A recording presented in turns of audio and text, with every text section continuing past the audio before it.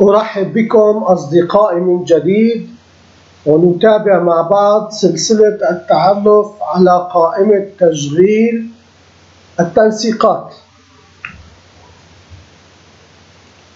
Welcome, my friends, again. We continue with some learning about the lessons that are in the playlist under the classification of formats. لدينا اليوم 5 فقرات. 521 قيمة الخلية الموجودة في الورقة المجاورة. 520 آخر خلية. 516 التفاف أنواع الأعمدة خطوط الشبكة. 503 تنسيق خلية الصفرية. 502 تنبيه مسافات زائدة بالنص. Today we have 5 paragraphs. 521 cell value in adjacent sheet, 520 last cell, 516 wrap, column address, grid lines, 530 cell format, 502 notice extra spaces in text.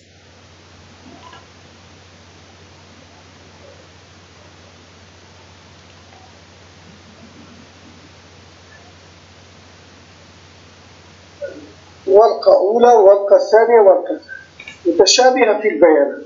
نحن إذا أردنا أن نعرف ماذا يوجد في الورقة التي قبل الورقة 3، قبل الورقة 3 يعني ناقص 1، أما هنا قبل الورقة 3 بس ناقص 2 يعني قبلها ورقتان. إنها دالة تقوم الاسم الأول sheet of set 1 برمجة بسيطة جدا، أما sheet of set 2 برمجة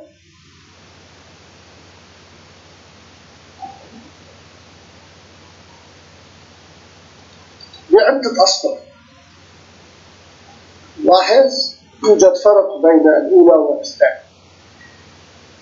إذا فرزنا الأولى نلاحظ أن application voltail لكي تحديث الورقة، ونأخذ الوسيط الأول الذي هو الرقم ناقص 1 أو ناقص 2، والوسيط الثاني الذي هو موقع الخلية. فنلاحظ أن هذا المتغير اسم الدالة تقول أن الشيت ورقة، لا نعرف هي ورقة، تأخذ من application column pattern index زائد offset. index زائد offset، فإذا الآن نحن يجب أن نعطي بدل الأوفست ناقص 1. index ناقص 1 تدل أن الورقة التي هي قبل الورقة الحالية. الدوت تعطي مجال لنعرف ما هو عنوان الذي سوف ندرجه، فإذا يقال أن REF هي التي تحدد A4. إذا نحن تعرفنا من هذه الأسطر على أن المكان هو الورقة السابقة، الناقص 1 إنها الورقة السابقة، وهذه البرمجة تدل على عنوان الموجود. الرينج ما هو الأدريس الخاص بالرينج هي REF التي هي AR، وبذلك يتم استدراج رقم 3 الذي هو هذه هي AR. أما الدالة الثانية التي هي sheet of set 2 تقول أن الوسيط الأول ناقص 2 والوسيط الثاني A4، بما معناه أننا ناقص 2 أي قبل ورقتين، هذه هي AR. نستدرج خطوات الدالة الأولى ونقول أنها مباشرة تعطي لنا. أما خطوات الدالة الثانية التي هي مشابهة في النتيجة لكن لا تستخدم نفس الميزات، لذلك أخذت عدة خطوات. لنأخذها خطوة. نلاحظ أنها أيضا application voltage، ويوجد وسيط الذي نحن نعرف من خلاله بأي واقع نحن، ويوجد وسيط المصفوف، ونعطي لهذا الوسيط الآخر قيمة 0. وتبدأ الحلقة تقول إذا أنا موجود في العدد فإذا سوف يتم البحث في كل أوراق العمل. نقوم بعملية البحث إلى أن نصل للنتيجة.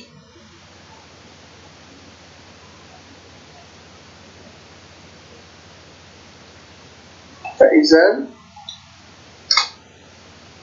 نتابع خطوة خطوة.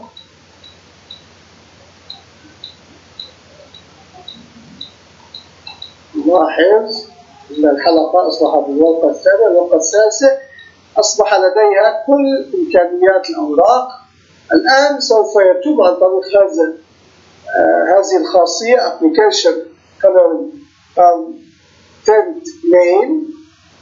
نحن استخدمنا قبل قليل Application Color Content Content Name هي اسم الورقة، وأيضا يتم عملية الحلقة على أساس ما تم استنتاجه في الحلقة السابقة. ونقوم بالتأكد إلى أن نحصل على كارلي شيت. كارلي شيت هي التي سوف تعطي لنا الكارلي إندكس، هي التي عرفت الآي ومكانها. فإذا الكارلي إندكس هي رقم 3 وأوفست هي ناقص 2 والمكان الخلية هي A4، وبذلك حصلنا على النتيجة التي هي 3. طبعا هذه تجربة.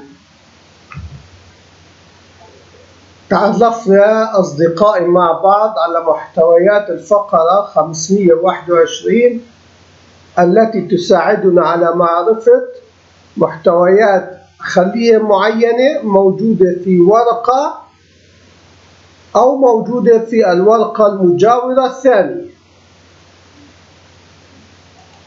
My friends introduced us to each other about the contents of paragraph 521, which helps us to know the contents of a particular cell found in a sheet of paper or found in the second adjacent sheet.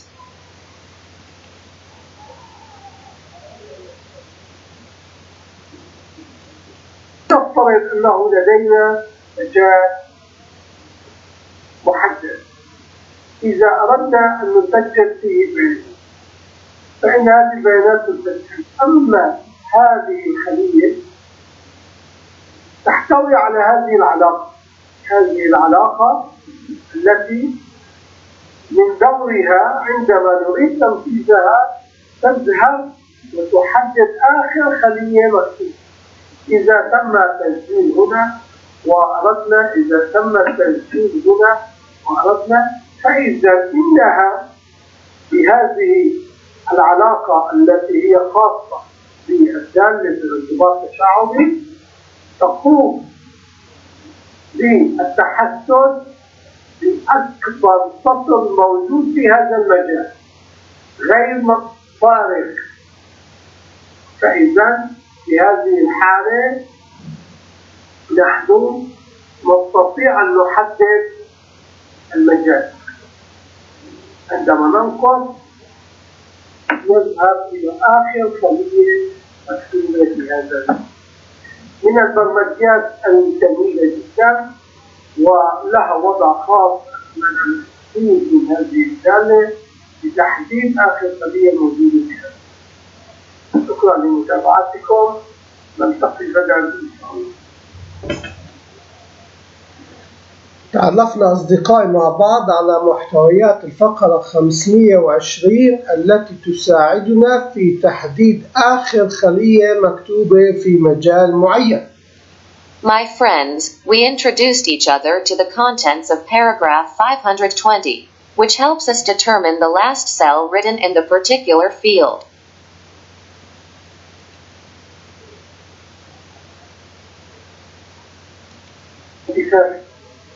عندما نضغط بالزر نلاحظ أنها نص وحميدة، وخاصية إخفاء الأعمدة والأسطر، وخاصية اختفاء الشبك.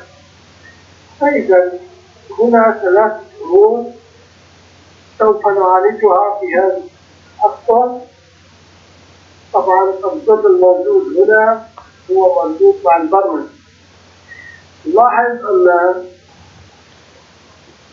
تعرفنا أصدقائي مع بعض على محتويات الفقرة 516 التي تساعدنا في 3 مجالات، وهي إعطاء ميزة التفاف للنص، وإخفاء أسطر وأعمدة ورقة الإكسل، وإخفاء خطوط الشبكة.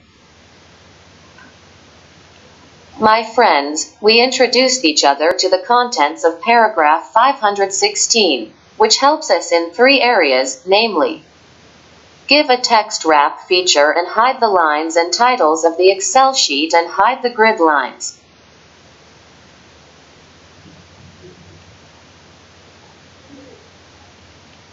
على هذه القيمة عندما نراها نستعيد بها في تنسيق يظهر لنا هذا التنسيق أنه يجب يطلب مننا أن نضع 0 مربوطة قوس ناقص 0 إغلاق القوس فاصلة مربوطة ثم إشارة الثاني. هذه الإشارة هي التي سوف تظهر عندما نكتب قيمة 0 في الخلية. نلاحظ أن شريط السياق يظهر لنا أنها ما هو مكتوب 0، لكن يظهر للعين المستخدم أنها إشارة ثانية. من التنسيق تعرفنا أصدقائي مع بعض على محتويات الفقرة 503 التي تساعدنا بإعطاء تنسيق معين عندما نكتب قيمة 0 في الخلية.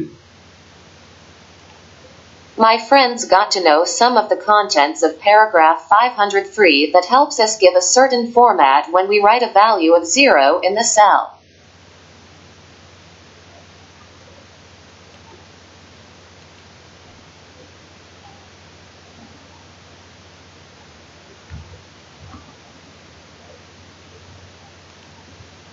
وتقول أنه تم تسجيل مسافات زائدة.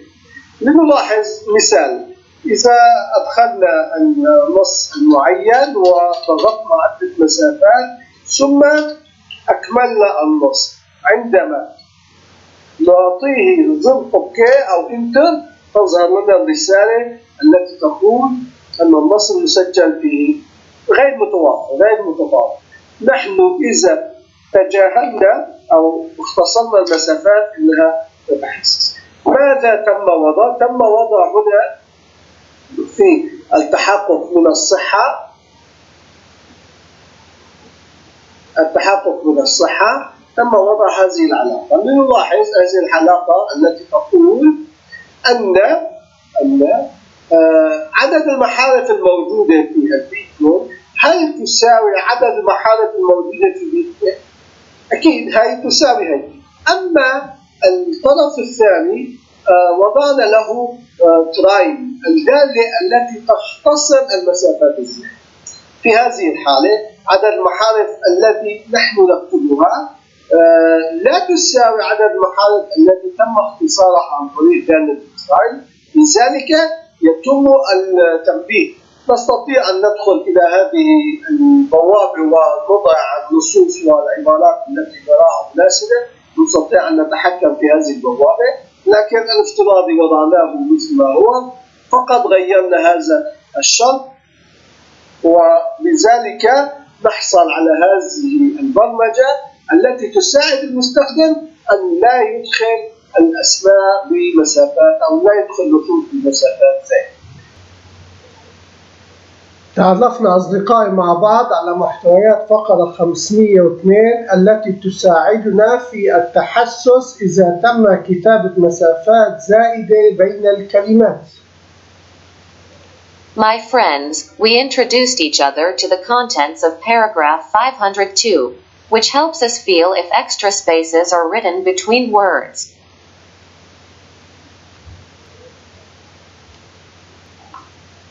شكرا لمتابعتكم أصدقائي، نلتقي في الأسبوع القادم مع فقرات مميزة ومفيدة ضمن برنامج الأكسل الموجودة في قناتي على اليوتيوب، قائمة التشغيل التنسيقات. أتمنى أن تعودوا وتتابعوا الدرس بكامله للاستفادة القصوى من المعلومات. إلى اللقاء. Thank you for following, my friends. We will meet next week with special and useful paragraphs within the Excel program on my YouTube channel within the playlists formats.